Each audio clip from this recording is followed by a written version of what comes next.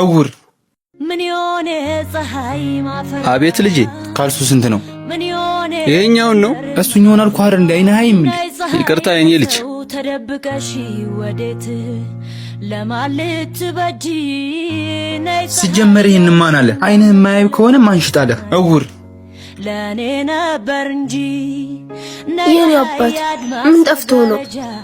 እኮ የኔ አባት የኔ አባት በቃ በስተርጅና ይሄን ስራ ተው ብለን ቢያልከኝ አይደለ? ምን አበላሻለሁ ይሄን ልጅ እኔ ልጨነቅልህ እስኪ የኔ አባት ፈጣሪ ከረዳኝ የሆነ ስራ አስቤያለሁ። የትምህርት ማስረጃሽን ያስገባሽባቸው መስሪያ ቤቶች ጠሩሽ እንዴ?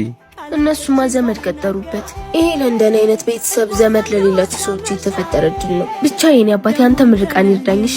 ያለ ገንዘብ እንዲሁ ነው የሚቀጥሩሽ? አዎ ባለንበት ነን ያለ ምንም ካፒታል የምንሰራው ነፃ የስራ እድል ነው። ይሄ ነገር አላማረኝም። ቆየት ነው የምትሰሪው? የኔ አባት ኦንላይን ስራ እኮ ነው። ምዝገባውን በነፃ ነው፣ እንደገና ደግሞ ስልጠናውን በነፃ ነው። ማንኛውም ሰው ቤት ውስጥ በዳታ ወይም በዋይፋይ የሚሰራው ስራ ነው። ምንም አይነት የትምህርት ደረጃ አይጠይቁም። በዛ ላይ ደግሞ በፈለግነው ቋንቋ ነው የምንሰራው። ይሄስ መልካም እድል ነው። ቀላል የኔ አባት ለእናቶች ለእህቶች ከቤት ወጥቶ መስራት ለማይችሉ በሙሉ መልካም እድል ነው። በተለይ ደግሞ በዚህ በክረምት። ታዲያ እኔንስ ያካተተኝ ይሆን? አይ የኔ አባት አንተንም ማን ነኝ የምሰራል? አንተ በተራ እርፍ ትላለህ። እሺ የኔ አባት ሌሎችም ይሄን እድል መጠቀም ለሚፈልጉ ሊንኩን ከስራ አስቀምጥላችኋለሁ። ደግሞ እኮ ምዝገባው በቴሌግራም ነው። የኔ አባት እርፍ ትላለህ። እሺ ሊንኩን ባዮ ላይ ታገኙታላችሁ።